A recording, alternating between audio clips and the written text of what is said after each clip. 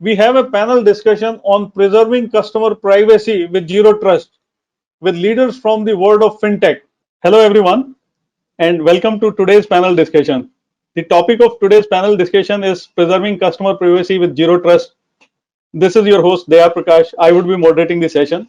I'm so excited to have a great mix of speakers today. I have with me Mr. Abhinav Sinha, co-founder Echo, Mr. Suresh Srinivasan, Chief Technology Officer Snapbizz, Mr. Sridhar Srinivasan, co-founder and CTO Nivesh.com, Dr. Deepak Kalambakar, VP InfoSec SafeXpay, Mr. Sandesh Govalkar, Vice President Technology Angel Broking, should be joining us soon, uh, and Mr. Tushar Haralkar, Digital Trust Leader IBM Security. I welcome you all to today's session, and I really look forward to a very engaging session today. As you know, preserving customer privacy with zero trust is the topic of today's discussion. Just one or two points from my side that I wanted to mention here was that today, if you see 80% of breached organization stated that their customers' personal data or PII was compromised during the data breach. Right? In addition, regulations like Personal Data Protection Bill could result in heavy penalties, even up to INR 15 crore for non-compliance with personal data requirements. A zero trust approach can help organization protect customer privacy with access control that are based on least privilege, giving access to only those with legitimate need and for the agreed upon purpose. To further deliberate on this topic or the relevance of this topic, I would like to call upon our expert, Mr. Tushar Haralkar, who has over 20 years of experience in cyber security. Tushar is leading IBM security software portfolio for India and Southeast Asia. And Tushar is a zero trust champion, helps clients to put zero trust into action. So, over to you, Mr. Tushar. Hey, thanks, Daya. I hope everyone is safe and healthy. It's my pleasure to be in front of such a distinguished panel of eminent cybersecurity leaders. I'm really looking forward to this discussion around zero trust, as this topic is very relevant in today's context and something very close to my heart. So, as Daya has set the context for this discussion, where we keep on hearing the data breaches, daily around the recent data breach that we heard around Domino's, Air India, and so many organizations. One of the reasons what we see for data breaches is ransomware attacks. It could be malware, it could be phishing, right, and so on and so forth.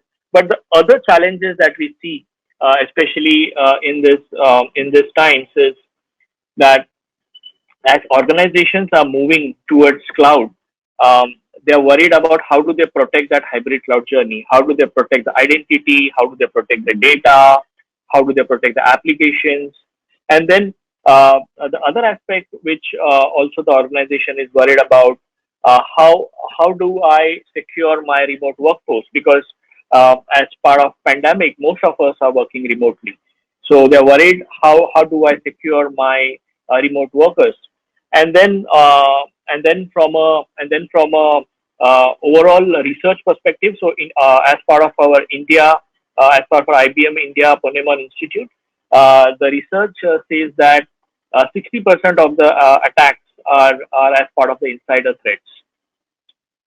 Last but not the least, where we are going to focus today is the data privacy, right? And if you see, data privacy is a concern not only from an organization perspective, but also from a consumer perspective. So I, as an employee, or I, as a customer, will be concerned about how my data is, secured. How, is my privacy maintained? Right. So as a customer, I will always have that concern. And from an organization perspective also, they will have concern about how do I preserve my customer privacy, my employee privacy, so on and so forth. And regulations are there, right?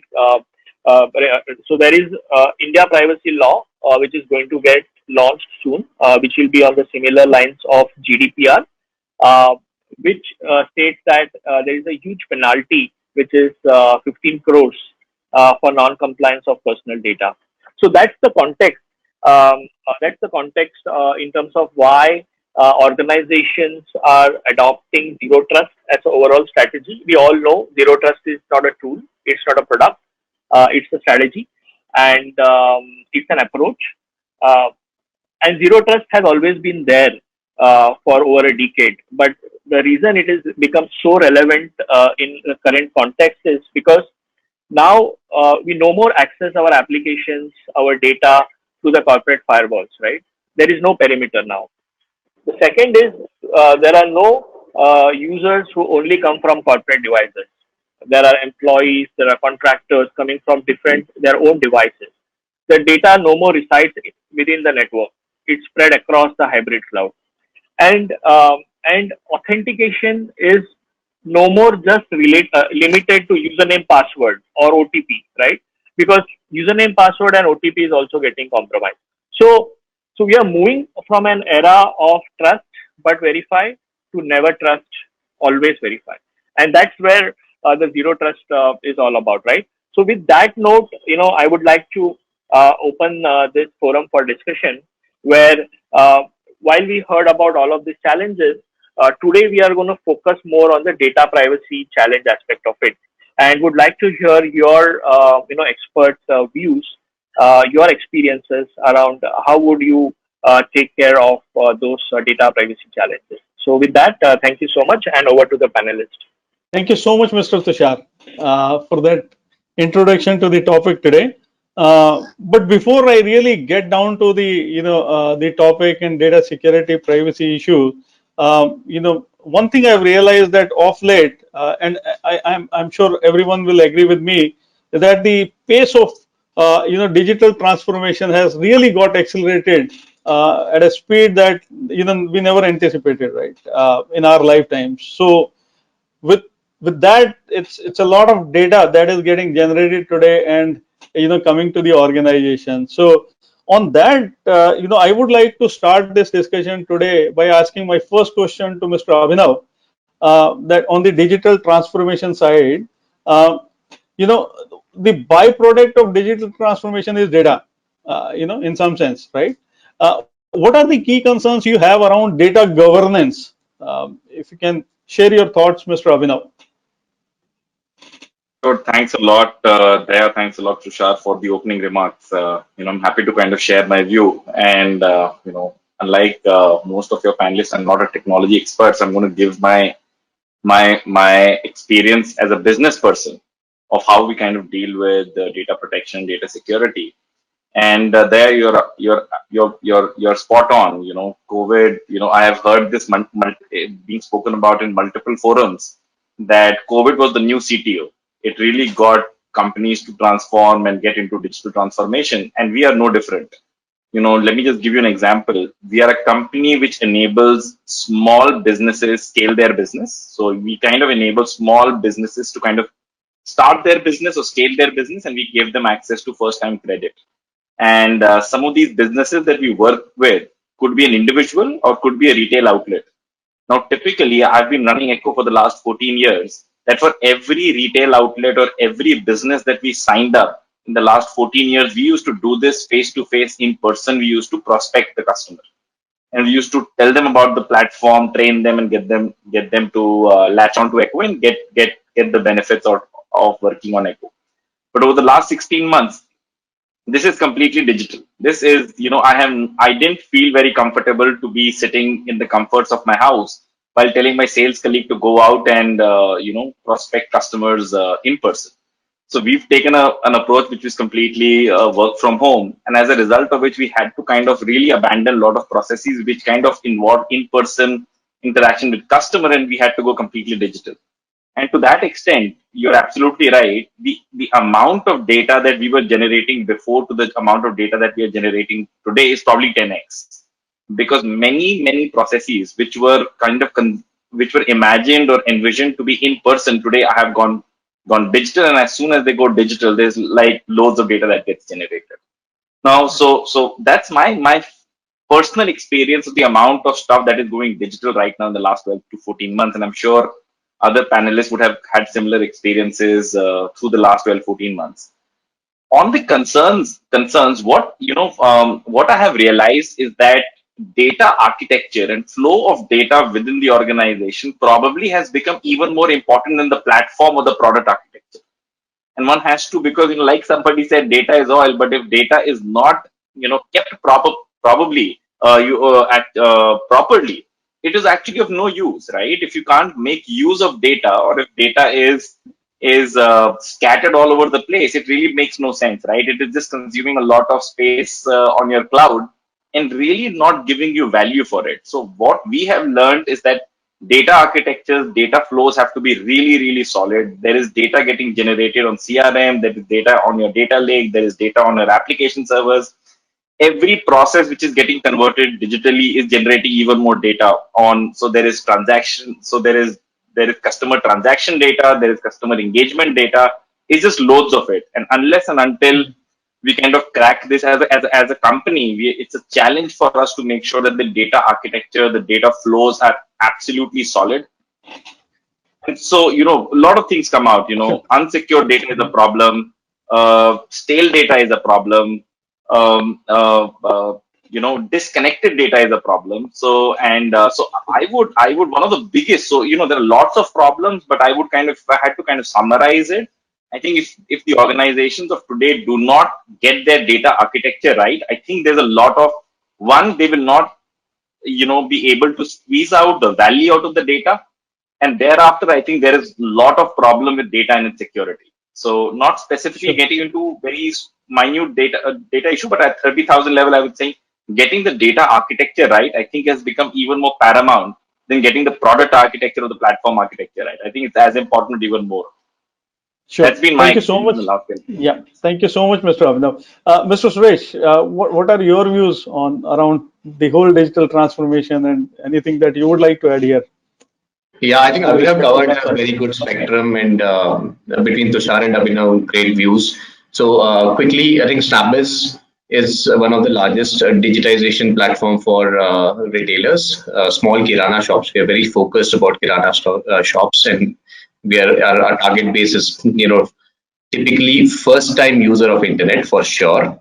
Many of these do not have a sense of security of the data, or they don't even know what data they're carrying, to be honest, right? So the trust that we run is a trust that we promise to the shops, that your data is secure with us, right? And it's going to the cloud, it is secure from every aspect, right?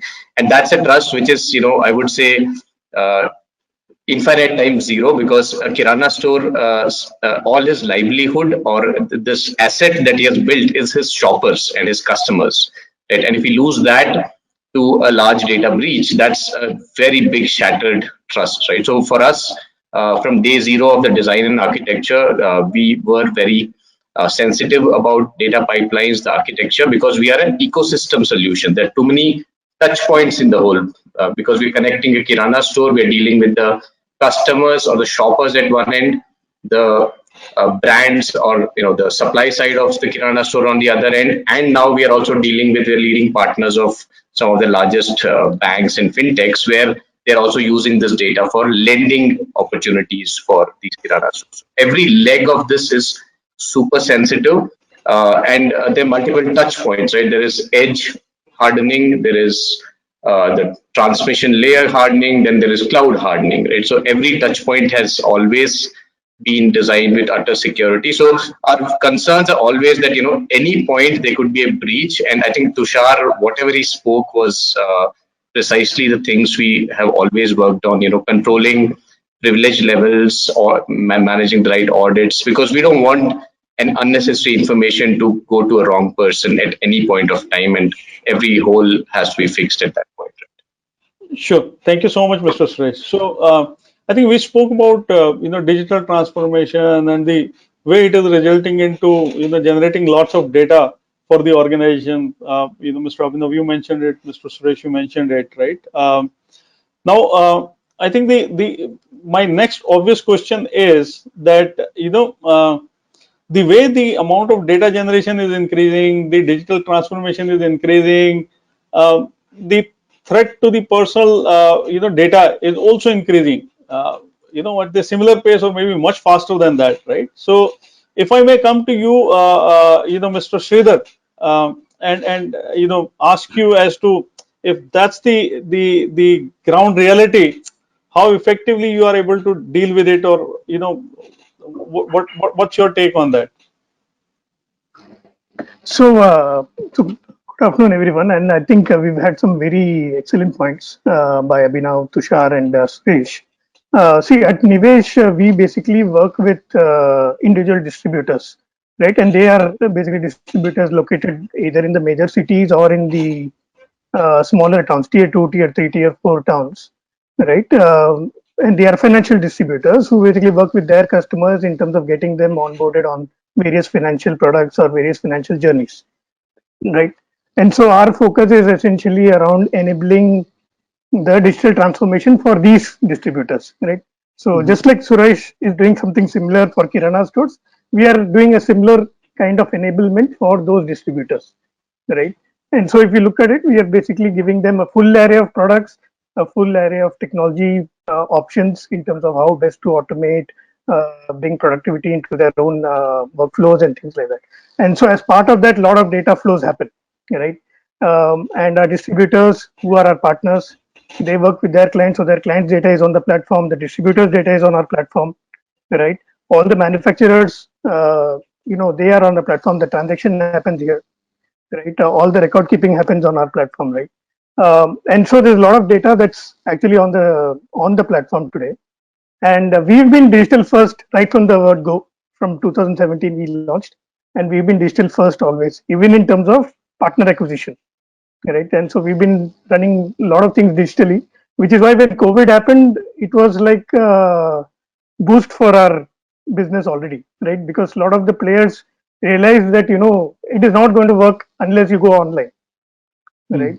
And so they all started looking for platforms, and then they came towards Nivesh. And so we saw a pretty good adoption of our platform post COVID, right? But as I say, I mean, this is where all the data starts coming into the platform, and then we start worrying about what to do with it, right? So as Suresh said, data architecture is extremely important, and that's where we have also been. And since we started digital first, that is something that has been at our core, right? And so we look at it in terms of how do we what is the nature of the data that is coming into our system, which of those are critical, which of those are less critical, and so on, and kind of define segments around it, right?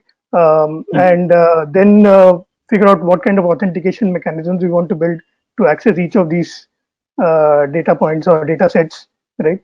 These things are all important for us. Data access controls are built into every application that we build, right? Every nature of sensitive data is encrypted, whether it is at rest or at motion. We have audit log of key access changes. All these things collectively go towards making the data more robust. And to the earlier point, I think one important thing, at least from our perspective, because our partners are also very finicky about the data, right? I mean, unlike the Kirana stores who may not understand the significance, the distributors who work with us, they are pretty savvy from that point of view. That this is their customer, they don't want it to go anywhere else, or they don't want it to be leaked, right? So they do understand the nature of that, and so our one of the key things that we also try and do is communicate, right? Communicate what we are doing, how we are doing it, how the data is protected, right? That forms one very core part of what we do. Besides all the technology initiatives and all the data initiatives and all of it, there is this education also that's constantly going on, right? To make sure that they understand where we are and how the data is protected, and how do we kind of sensitize them further, both for them and for their clients. Sure. So, Sure. Thank you. Yeah. Thank you so much, Mr. Sridhar. Thank you so much. Let me come to Mr. Tushar. You heard Mr. Abhinav, Mr. Suresh, Mr. Sridhar speak about. I think there are two things coming out clearly. One is that with the amount of data being generated and the kind of attacks that are taking place today, how do I keep my data and protect my data? Like, these are the two kind of challenges that I at least I heard from this discussion so far. what has been your take? You've been interacting with the leaders in the industry, across geography. So, what has been your take? Is the situation similar, or are we in a different situation here? What's your take? Yeah, so some great views by panelists. I think the digital transformation has really changed the way the business operates. And I think because now we have different users to manage, like employees, customers, partners, and they come from any device, right? They can come from any device. That's the first thing. The second is the applications and data is spread across your environment. Applications, data, your servers, it's spread across your heterogeneous environment. So data basically is lying everywhere. So the approach that we see our customers taking is, as Abhinav mentioned at the start, is data architecture is very important, and I do agree to that. Uh, so as part of our overall data protection strategy, the first thing that we see our customers doing is, because the data is lying everywhere, where are my crown jewels lying, right? Where is my sensitive data lying? First, first they discover that. Once they discover that, let's say out of 100 systems or 100 databases, maybe 50 databases have your crown jewels. So you start monitoring that data. So anybody who tries to update or delete or do any actions which could be suspicious, you may want to really block that, and basically get visibility in terms of what's happening with your data. So having visibility is the topmost priority when it comes to the data protection strategy. Once you have the visibility around your crown jewel, then you basically lay down your policies as per your information security guidelines in terms of what action do you want to take basis on the risk of that data. So that's the first aspect of it. The second aspect of it, which Sridhar mentioned, is about encrypting the data. So because one aspect is you are getting visibility through monitoring.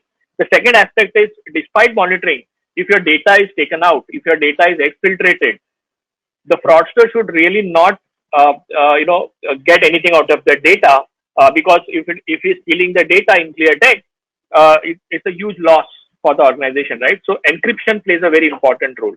So you have to encrypt the data at rest and in motion. So encryption plays a very important role when it comes to the data protection, right? And the third aspect is obviously from a compliance and regulation perspective, right? We need to comply to those different data privacy regulations, because non-compliance of data results in heavy fines, right? But that's just one aspect of it, right? Compliance is just one aspect of it. Now we are seeing organizations over and above compliance are looking to improve their overall security and risk posture, right? And to do that, these are the three elements that organizations are looking at protecting their data. Great. Thank you so much, Mr. Sushant. I would like to come to you, Dr. Deepak, at this point of time. And, I'm sure you must be aware that this, personal data protection bill is, around the corner. Same question I would like to come to you, Mr. Dipesh, after I have taken the views from Dr. Deepak. What as an organization, what is the preparation that you already have done with regards to that, or in general corresponding to that? Yeah, going for a question about the data protection bill.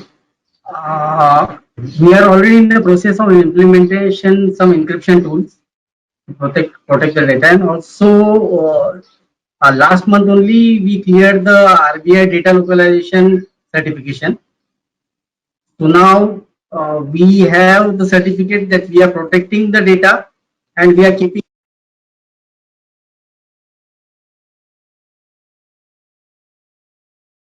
We are not able to hear you, Dr. Deepak. There is some issue. I think you need to come close to computer, but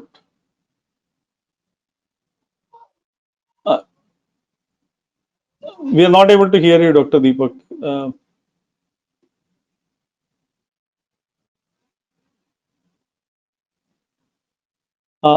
No.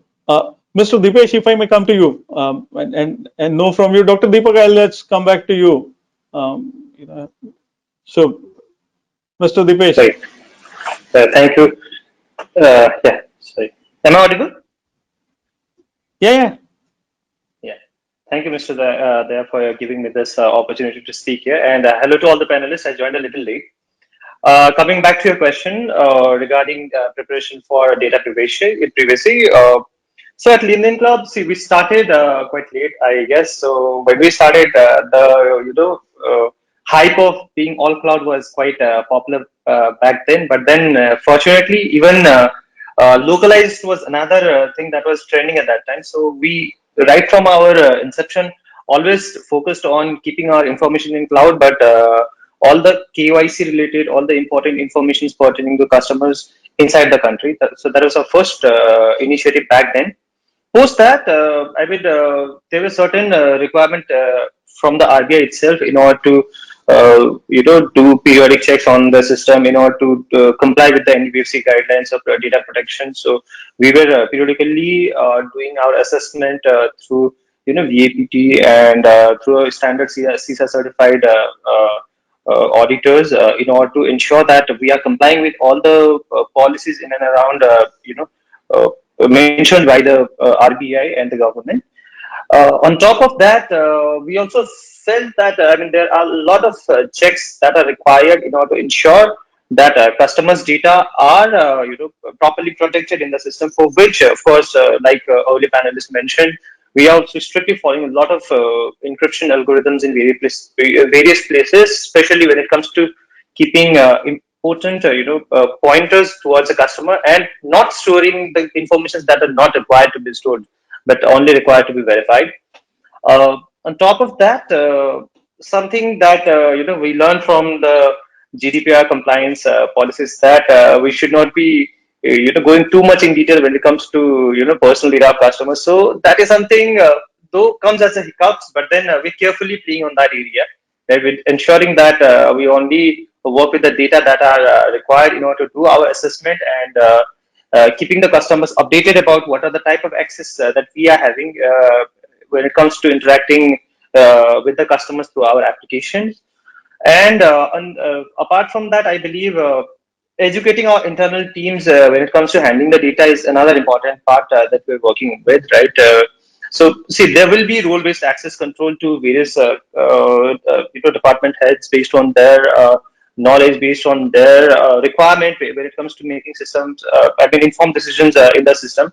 But with that being said, completely restricting people into with access to certain data would not be feasible because see that will hinder growth when it comes to startup. So we have to be careful on what we are sharing, how we are educating them, right? And especially right now during this COVID times where most of us are working remotely, right? Restricting too much of information can be counterproductive. So that's the reason we are quite careful when it comes to validating the users who are accessing these data, and we are ensuring that their roles have necessary accesses. On top of that, we have also focused on keeping our entire operating systems in cloud through desktop as a service kind of architecture, through which we are ensuring that whatever data exchange is happening, it is happening through a secure network completely. So these are some of the key Sure. important points that we're working towards. Sure. On top of that, there are a lot of other minor compliance related areas that we are working upon. Sure. No, thank you so much. Thank you so much, Mr. Dipesh. I have one open question, and please feel free to raise your hand. But data privacy regulations require clear and transparent user consent, management. Just wanted to know, whoever is okay to answer this. But how do you effectively obtain and track consumer consent? Like, any one of you doing this already, or? We are doing it at LinkedIn Club for sure, right? So just for example, when it comes to even accessing the camera, we have to tell them why we are asking that access, right? And when it comes to going to the next page, and if I say that I need access to the document folder, I have to tell them about the particular use cases. And just like they do in iOS, right? Whether you want to give limited access to one particular file or you want an access to the entire gallery for perpetually. So that type of access also needs to be specified to the user. When it comes to locations, Okay. you have to tell them when you are accessing it. So yeah. Sure. So you're obtaining that. The stepwise Mr. education is Yeah, important. I think Mr. beyond Suresh. also, yeah, I mean, we take consents practically from the retailer and consumer, whoever is transacting in the platform, right? So if a shopper is shopping with a retailer, we have to take consents that Sure. if we want to use their data for promotional activities, marketing activities, all these are there. One part is taking the consents. And once again, since by the virtue that we work with all the leading banks, we were also we had to adhere to RBI guidelines. So as part of that, we also are very keen on where we store them, and there is a proper audit management of that storage, including business continuity, disaster recovery processes. Every aspect of it is also taken care of, so that I can pull that information when required as well. Okay. Okay. Thank you so much. So we've almost 3 to 4 minutes left now, either to conclude this session. So I just want to capture one or two more important things here. So I would request you to be as precise as possible. But I think what I wish to understand at this point of time is that we've spoken about zero trust privacy, right? So I would like to maybe ask you, and feel free to raise your hand to answer this, that in terms of implementing zero trust privacy, right? I mean, any particular challenge that you are facing at this point of time that you want to highlight, right? So that people know that what kind of challenges, and especially Mr. Tushar being around, we can perhaps even look for some maybe answers if possible. If not today, then obviously. But Mr. Suresh, you wanted to, yeah.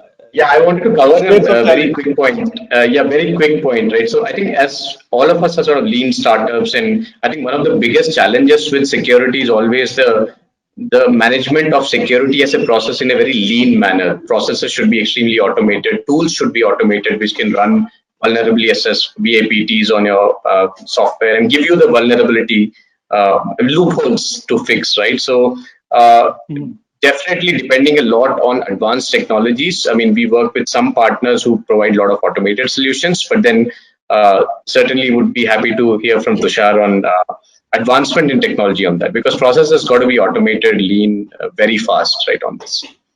Sure. Mr. Abhinav, anything you would like to add here? Couple of things. On the last point, I think both Dipesh and Suresh covered a lot to do with consent. I just wanted to point one more thing. I think consent, at least, I would also like to share my views that consent is also about UI and UX. I think we are all taking that proverbial yes from the customer to give their consent. But I don't know how many times do we really understand, as a user or a customer, how many times are we forced to put that yes? And sure, the trail is maintained, and so does Echo, right? We contain the trail. But how important is to make sure that I understand what I do at the time that I do it. So I think we should also look at consent from a UI UX perspective, and I think there are a lot of fantastic examples out there, and I think I would just want to point out that. And to the other thing that this Suresh just mentioned, one of the mantras that we follow at Echo is people less, paperless, which is really good digital. And what we've realized is that while we are talking about data protection is a topic of discussion, I think the only way to solve it is to go more digital. If you go more manual and if you go more people to stay away from data Sure. generation, I think it creates even more problems. I think the way to do it is to go deeper into it to solve it. So Correct. it's a weird chicken and egg problem that in order to solve it, you have to go deeper into it. And so one of the mantras at Echo is people less, paperless, go digital, go automated as much as possible. Because as soon as you generate an Excel sheet which has data in it and allow somebody to download that Excel sheet from your software, from any part of your software or your database, I think, digital rights, management of access and many other things, goes very, very difficult. At least we face a lot of those challenges that, as soon as the data is is on an Excel sheet, all your policies on one side and the poor Excel sheet on the other side, right? So at least you've got to go more digital to solve this. Sorry, Sure. it took a little bit longer, but Absolutely. yeah. No. Fantastic. Thank you so much. In the interest of time, I'll straight come to you, Mr. Tushar. Abhinav, At LinkedIn Club, Yeah, Mr. Dipesh, very quick point you want to add.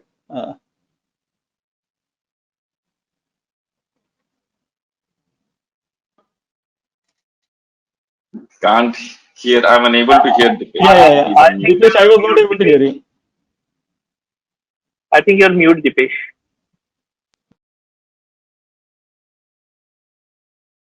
Yeah.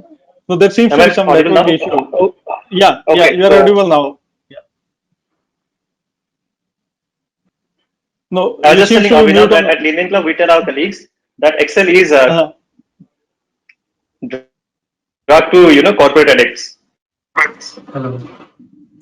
So yeah. So right. if I can get a minute, Mr. Daya. Yeah, Mr. Sridhar, very quick point you can make here. Yeah, very Definitely. quick 2 points. One is, on the consent side, I think one thing that we also all, I think, need to understand. I think I agree with some of the panelists who said that, we need to make sure they understand it, right? And to make them understand, we have to talk about it in their language, right? And so, given India's demographic, I think we have to look at all the different languages that we operate in and kind of customize the messaging and the communication to that, right? And that becomes very important in the Indian context. And second thing is, I think in terms of, what Abhinav said about paperless, paperless, I think that is a very good mantra. It's something that we've also been following because we've been digital first. But also to the point that, there are cases where we do need people to get involved, but our systems ensure that we don't get anything out in Excel sheets. Right? Whatever is available only through a system and controlled and monitored. Right. In this context, I think the only thing that I think is more important at this point, over and above giving all the access, is analytics around what has been accessed at what point in time. Is it regular pattern of access or irregular patterns of access, and so on, and then figure out what we need to do about it, right? So building that kind of analytics and a threat detection system on top of that is, I think, going to be a very key challenge. Mr. Tushar, if I may come to you, and you having heard all the speaker talk about the journey, zero trust, challenges in the journey. What is it that organization like yours kind of? How do you kind of give that trust to the the customer, saying that we are doing something and we are with you, don't worry on this, and in terms of way forward in adopting the zero trust privacy kind of a scenario in the enterprise, right? So some thoughts on that if you can share, please. Yeah, sure, sure. So before I come to that, I think some great comments. I think around content management, right? How do we simplify that? Because I think it's become more of a typically when we install something like a license agreement, we just scroll down and then say accept, right? So I think it needs to be more simplified. I totally agree.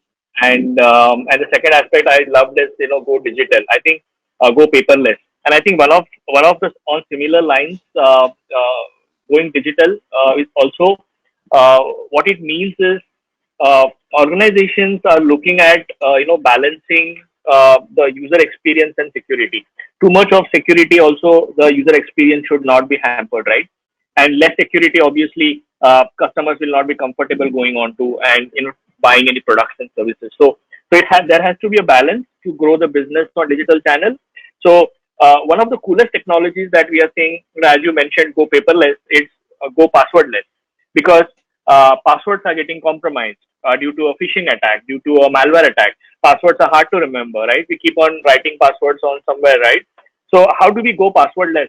So what organizations are doing is, in the app itself, they are allowing the customers to basically scan the QR code using their application, using their registered device. Once you scan the QR code, once you do the registration, then next time when you come to that application, you basically just take your mobile, you scan it, and then boom, you're inside. So there is no password that I'm putting in. It just goes in.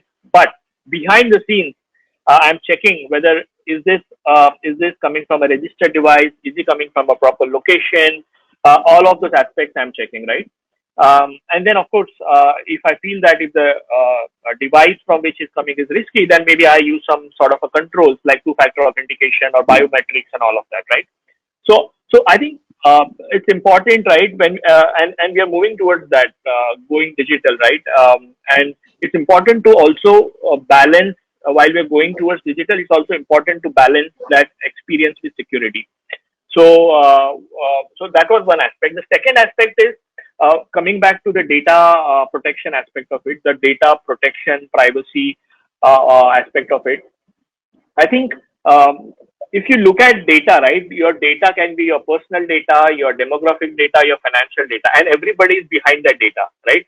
So when I talk about identity, right, your employees are accessing the data, contractors, partners, your customers, right? For that matter, even bots or fraudsters, right? And in a digital world, it is very difficult to know who that person is because most of the times you will rely on username, password, and OTP, but that can be compromised. So it is important to look at all the aspects. Right? It is important to look at the username, password, the second factor, the location, and all of that, and then take a call whether to allow that customer to log in. So identity becomes a very important aspect. The second is the device, the device from which I'm trying to log in, right? No matter you have some controls inside the organization from encryption perspective, firewalls and all of that. But the moment, let's say I'm trying to access something from my mobile, which is unmanaged, right? I may have unintentionally downloaded something on my device, which could be potentially a malware, which could be taking access of my registered device and trying to do a transaction. The organization may check, oh, he's coming from a registered device, username, password is correct, all looks good. But there could be a remote access which could be happening from a registered device, by which the fraud can be bypassed.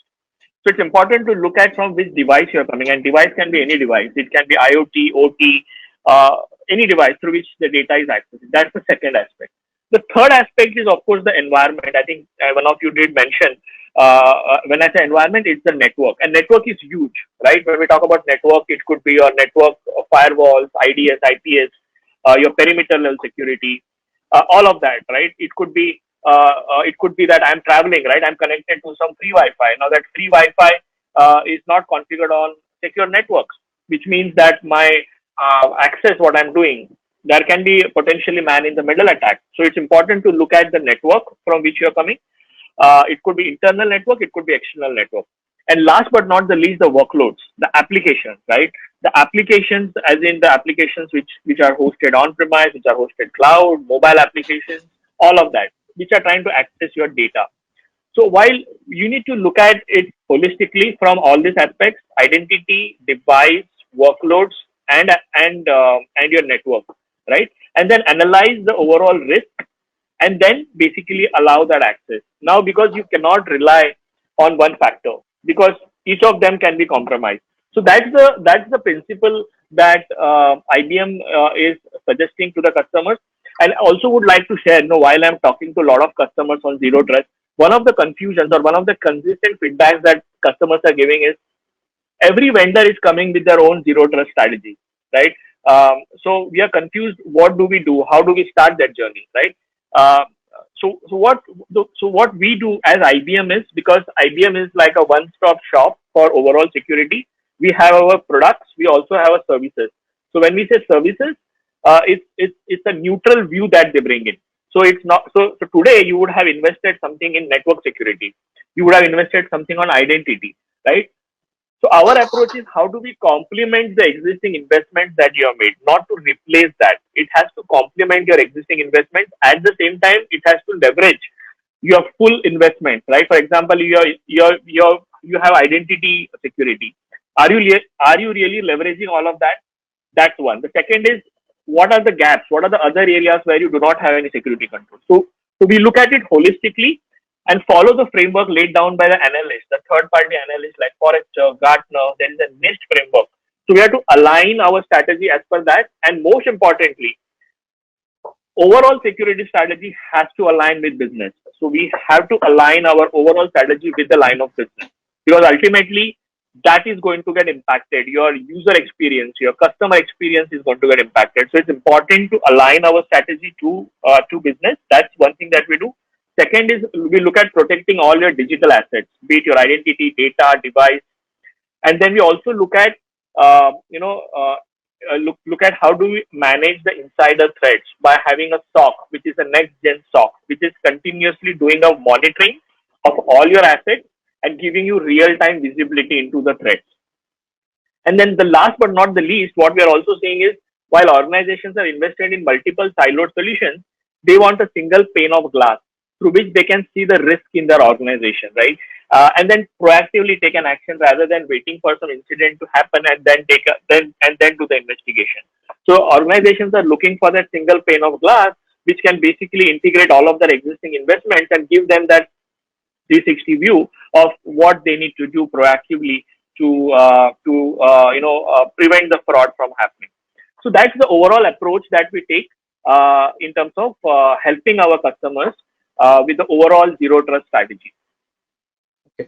Thank you so much, Mr. Tushar. I think with that, it has been really an interesting conversation today, discussion today. I still remember we started our discussion with the concerns around data being generated and how do we keep that data in a structured format, or maybe store them effectively and efficiently, mine that, and then secure that data, right? So uh, in my mind, I think this zero trust is a long journey, and each one of us here as a speaker today, they are in different point in their journey. So it's very difficult to say that okay, one solution will fit everything.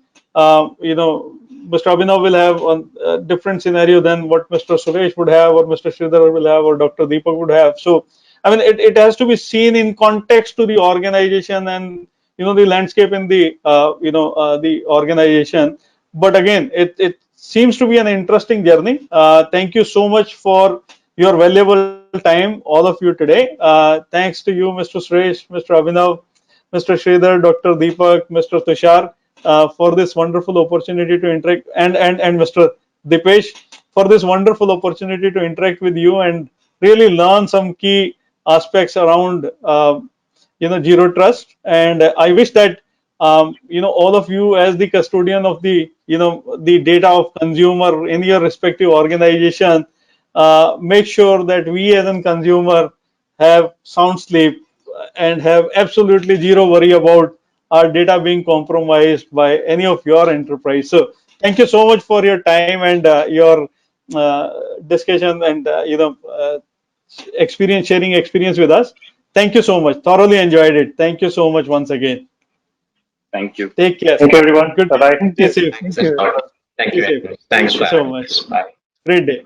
Great day. Moving on to our next segment, we have our guest speaker, Mr. Archie Jackson. He is a senior director, head of IT and security in SIDO, an incisive and visionary senior technology professional with 20 plus years of insightful experience in IT infrastructure design, implementation, and operations with strong service management, leadership, and digital transformation skills. Archie will be speaking on session on evolving cybersecurity models and trends, dealing with today's biggest challenges. Welcome to the session, Mr. Archie. Thanks, Daya sir. It's been really an honor to be introduced by you. Thanks for the warm introduction. Quickly jumping onto the agenda of my topic today, which is evolution of different cybersecurity models and the current biggest challenges of today. A very interesting topic because that's the need of the hour at this moment, where decision makers, the cybersecurity professionals, all of them need to have a complete transformation in their thinking process, in their planning, in their execution, and everything. So, evolution of different models of cybersecurity at the moment. So, gone are the days where the simple protection has been at the endpoints, and the world around us has completely transformed, very agile. We have SDLC, the complete software development life cycles in place. We have strongly moved into digitization and moving into the cloud, which is another step and enabler for the digitization and the transformation. So, to enable all of that, the cybersecurity trends has also evolved. And at this point in time, so we have moved from the threat attack vector. So, from the generation one of the attack vectors, which was simple, basic antivirus attacks onto the endpoints, to the current generation fifth of attack, which comprises of advanced persistence threats, which may not be detected because they may not be carrying any signatures along, like 0 days or zero signatures. So the threats around are quite deceptive. For example, like if there's a program threat that is targeted for a particular respective destination, that may travel into the network as a legitimate program until it reaches the destination and then triggers the malware activity by the cyber criminals. So how would we be able to defend and even prevent from all these kind of threats? So for all the attacks, there is always a transformation into the way of protection of the cybersecurity models and the frameworks. So currently, SASE has been quite a buzzword around. However, if we go back to the fundamentals, if we don't get too deep into technicalities, the processes, and also primarily people, process, and technology. So uh, every step, every module around people, processes, and technology have transformed. So from people's perspective, let's start from a very fundamental aspect of people. Cybersecurity, or then was people around skill set was easy to find because the level of technicality, the level of complexity, the level of deep wisdom and knowledge, that wasn't much of a ingredient because that was fairly simple around basic fundamental around the audit, compliance, and assurance. So that was all revolving around it. At this point in time, the security skill set is one of the most deficit skill sets across the globe. So if you're looking at finding the right skill set, it's really tough to find. And that that kind of people demand is spiking up, I would say exponentially, because the requirement of right skill set, right people is again going high. However, the skill set, development around the skill set, the mindset, is still at a shorter pace. And those few who are highly skilled and in the plug and play kind of a knowledge capabilities, those are into high demand and they are being, they usually juggle between different organizations to organizations. So that's primarily the people's aspect. From processes aspect, processes again, things have been quite working in silos from security aspect. Security was more of a external division of an organization which used to intervene into a project. Maybe when there's a project, it would be something as a kind of an assessment, an assurance, and a review toward a particular point of a project timeline. At this point in time, I mean, the current age, the transformation from processes is security embeds by design. And by design, I mean not only integrating security in a project at different branches and different agile, I would say, benchmarks. Instead of those, the security embed by design is more coupled into the processes. Let's say if you're developing an application, it's not from a project standpoint, it would get into a respective stage of an application where security steps in. Instead, the moment the design, the blueprint of an application goes into the architecture, it completely goes in parallel. So that's around processes and design. From technological aspect, as I mentioned, we are in the generation 5, fifth of attack vectors. So generation 5th of attack vectors are defended and protected by the current edge technologies, which are more aligned into threat intelligence, more aligned into AI. And why AI is quite important ingredient of cybersecurity technology at the moment is because the kind of attack vectors that we experience. The breaches, for example, very recently, Pegasus has been quite a buzzword. So it's something which is you can't stop. There's no user intervention or action required. It simply infects the device. On the other hand, the attack vectors goes into more programmed manner, more, I would say, intelligent manner, instead of simply running into different applications, coming to a phishing attack. It's more programmed. Those are well thought execution of attacks, more towards, I mean, it can even lead to cyber warfare, as we can see at this point in time with the kind of attack vectors or attacks happening onto the OEMs, primarily into the supply chains. Earlier, it used to be enterprises, the organizations being targeted, which would be, let's say, healthcare was targeted during the WannaCry outbreak, ransomware outbreak. At this point in time, you find a lot of breaches happening on the supply chain, which is the tool sets, the applications which are fundamental ingredient or fundamental blocks of core infrastructure. And the moment those supply chain are attacked, the entire the spectrum expands because it goes into a wide level of exposure of not only limited to the organization. For example, solar wind. If we talk about solar wind, that's a product which is used for infrastructure monitoring, which was used by 425 Fortune 500 organizations. That means only 75 of the Fortune 500 organizations were not using SolarWinds. And what are these Fortune 500 organizations? These are Amazons, Googles, and everything. I mean, all the premium organizations, the top-notch organizations. Somewhere we are linked to these organizations, which are cloud services or any other different. I mean, Verizon and all the different ISPs all fall into these categories under the organization that have been using SolarWinds. And now with that particular single breach or single vulnerability exploitation, the cyber criminals have exposure onto the data, the information across organizations. So the platform as well as the exposure has expanded.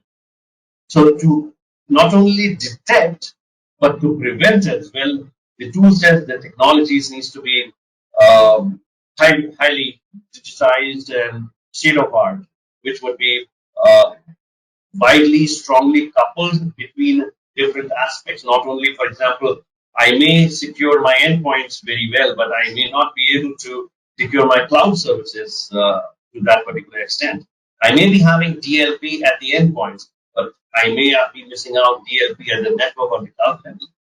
So, or SaaS level or platform as a services level. So these kind of architectures, the design and everything needs to be very well thought of. And the technologies at this moment are again rapidly going in pace to prevent with the help of threat intelligence.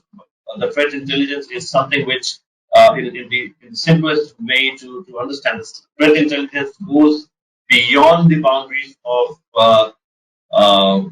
the information about the threat vectors or the attack vectors. It extracts information from various different sources compared to the legacy traditional malware detection, which goes through a DAT file or basic updates of a reference. So threat intelligence goes through a wider spectrum. So plus coupling with user behavioral analysis, analytics again plays a very important role into technology in cyberspace nowadays because it analyzes along with AI. It will be able to identify the user behavior. For example, I may be spending a couple of hours on my work laptop, and suddenly my usage changes or my way of working changes. I suddenly start sending thousands of emails to the external sources. So all those behaviors changes, which detects some anomalies, some unusual behaviors, and then it creates alerts. There are tool sets applications which get coupled, blended into the design of an application, which triggers internal assessment of vulnerabilities of those applications. So these things, I mean, these kind of technologies evolutions haven't been there earlier because the attack vectors haven't evolved over the period. At this point in time, keeping a pace of those attack vectors, the technology trends, and all the way the cyberspace is evolving. So from the defense mechanism, from the prevent mechanism, and all of those are rapidly evolving. So this transformation from people process technology has gone into a completely different paradigm. And I see over the period as we move into the next generation of attack vectors, which would be generation 6 of attacks, things would change, drastically. And then if I see, for example, from a decision maker's perspective, from people who are into security space, the security professionals, one of the important advice, my experience, or I would say some of the best practices that I've known is it's not necessary. First, very fundamental aspect is it's not necessary to protect everything. It's very, it's very near to impossible to protect and safeguard every data. So first, the right classification of what exactly an organization needs to prevent data from exposure or from any threats is to be classified and identified. So those fundamental, the processes, again, get blending into the processes. So that is something as a fundamental identification of what needs to be protected. Now, once we identify what needs to be protected, when and how follows. And by when and how, I mean, it's, again, as a best practice, it's, I can have best of all breeds. I can have best of, let's say, the web gateways. I may have the best of endpoint solutions. I may have the best of threat intelligence. I may have best of perimeter securities. I can have best of all. But on the other hand, as I say, as I earlier mentioned, security starts at the inception of every project. So the moment the security professionals, the security decision makers start working with, let's say, CIOs or CDOs, the delivery officers, because the decision and the exposure of the application earlier was with IT. Now that exposure and the decision about which application the business wants to function is residing with the business. You might, you can resonate with this thought process because one of the days when we have been, from IT's perspective, organizations, we have been proposing applications tool set to the business that these are the right applications. Now, business comes with demand, the request, and requirements that these are the applications they may need to process and function in the business environment. So again, applications, all those decisions go into the business's hand. Now, since we are now expanding the decision making, the collaboration needs to happen. So embedding security at the right point is very essential. Now, as the security people, as the security decision makers take a decision, the very important aspect is the performance. We cannot lock all the doors and make the passage with a lot of hurdles. If there are like 5 different doors to enter a premises, if you lock each and every door, making it more secure, the time you spend to unlock and trespass that particular passage is the performance, as an analogy. Now, if exactly making this or referring this analogy into the business aspect, so if I deploy multiple, let's say, agents or let's say controllers or tool sets and applications into my endpoints or my environments, would I be able to analyze the reports, the right decision making? No, it would be very difficult because you'll be getting extract information from multiple sources. On the other hand, would you be able to give the optimal performance to the business? Would the endpoints, with servers, with the cloud and everything, would it perform to their optimal performance level? No, because you have already created a lot of hots of scanning and validation with different tool sets. So again, this comes as a challenge. So security in itself, so I can make an environment highly secure by putting a lot of controls, a lot of blocks. But I need to equally think as a decision maker how to make the business more agile, more resilient, and more reliable and scalable. For such decisions, it's very important to take a very thoughtful call of identification of the right tool sets which cross all parameters or all different environments. I may orchestrate, blend tool sets, identify, take a decision of right one or maximum two different tool sets. I mean, you may even not need two of those. From let's say from endpoint, from cloud, from all different aspects, from threat intelligence, from SOC, from email security, from mobile security. What I mean, how it would be if you have one single product going from left to right or A to Z? You'll be having a very clear visual. You'll be having less impact onto the performance because it will be one single agent, one single dashboard, one single product taking care of the end-to-end security from all aspects. And you can scale. You can scale and descale based on your requirements and evolution of your organization. So that helps.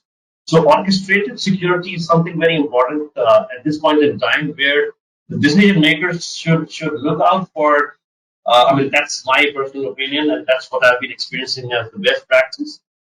Instead of moving on to multiple different vendors, it's very important to have one single vendor that could help secure the entire platform or your entire end-to-end services from hardware, from network, from cloud, from endpoints, and everything.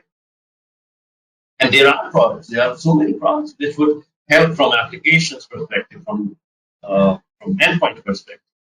So, in summary, as I conclude, as I go down, it's the evolution has been transformation, and it will continue to evolve from the legacy days of generation one of attack vectors, the simplicity around attacks. It has gone very complex, and it's not going down in the near future. It's going to evolve. The kind of another thing, I was going through one of the webinars, going through one of the sessions where phishing or a simple phishing has evolved in a very transformational way. So we get a lot of phishing emails, which may be spam, which may be spear phishing, which may impersonate as something which I may get through social engineering. I may click links and invite when the malware into my particular system and things like that, or share my credentials accidentally because of those phishing. What if an email comes followed by a phone call of somebody known with a deep fake modulated voice? And these are known as business email compromisation. So again, BECs have also transformed. So it is something as a transformation we are seeing in every space, even in phishing, in business email compromise aspect or particular space as well. So not only making the environment situation more deceptive. You're not getting an email which may be misleading, which may be as a matter of urgency. Let's say you get a phone call from the CFO, or sorry, if you get an email from a CFO that transfer XYZ amount into this account. And immediately, the moment you receive the email, you receive a phone call, and the voice sounds exactly as CFO's, and asks you to transfer the amount and action upon the respective email. It's very, very transformational and more deceptive, and that people may act to it. But the deep fake is quite common nowadays. So these things again are making, again, with the help of AI and all these NLPs in space, as the technology has grown and as the technologies are being evolving, it's going into good as well. And as we have seen, everything has good and bad side of it. So it's again, the transformation of technology is also bringing in a lot of more deception into cyberspace. So to prevent, first of all, to detect and prevent, there are transformations that are happening in the technology space as well. So all of those needs to be very well thought about. All of that needs to be very well coupled. And as a decision maker, we need to take very thoughtful uh, decisions around. So, few key takeaways is, or in fact, out of my talk around these aspects is try us as a decision maker, we must look at orchestrating our solutions, making things more simplified and more flexible and reliable for the business, orchestration of our solution. Second is it's not necessary that you protect everything. You must protect only what is more legitimate for the organization, what's more important instead of creating or thinking in a more I would say chaotic manner where things I mean from lot of times people think around protecting everything, which is not the right approach of solving a secure environment solution. Third is look out for opportunities where we can scale up the skill sets of our existing staff members or the skill set from outside, some sources through various different learning paths, because that's something which would lead to a lot of challenges in the coming future. Because we would need strong, I would say, people the employees who have right awareness and also the administrators, the security professionals who have the right mindset. And I see into colleges, the professionals, the early professionals, or the professionals who have spent like 5, 6 years or 10 years in the security space, they have evolved. However, the number, the people, is very less. So the demand is high, people are less. So that needs to be somewhere we need to work upon balancing that with the help of more knowledge sharing, more learning, adopting more technology around the learning space. So with that, I thank you for giving me the opportunity to share my thoughts and my some opinions around the best practices in this particular space. Wish you all good luck and happy to answer any questions offline, online, and looking forward for future conversations. Thank you. Thank you, Archie. Thank you for articulately joining the dots of current cybersecurity trends. Thank you so much once again. Let me summarize. The internet devoid of comprehensive security management is a tantamount to become inter-threat. Apply open, collaborative innovation, system thinking, and zero trust security models to design ecosystems that generate and capture value in the value chains. The 5 efficient cyber defenders are anticipation, education, detection, reaction, and resilience. Do remember, cybersecurity is much more than just an IT topic. I would like to express my gratitude on behalf of SME Venture to all esteemed delegates of the summit for their presence and contribution.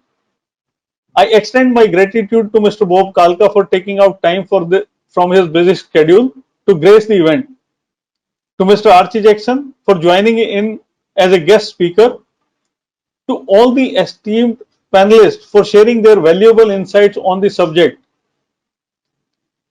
Thank you, Mr. Tushar, for presenting IBM's perspective.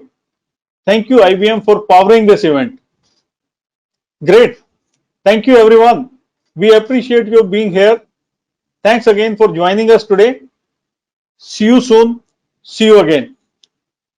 Thank you so much.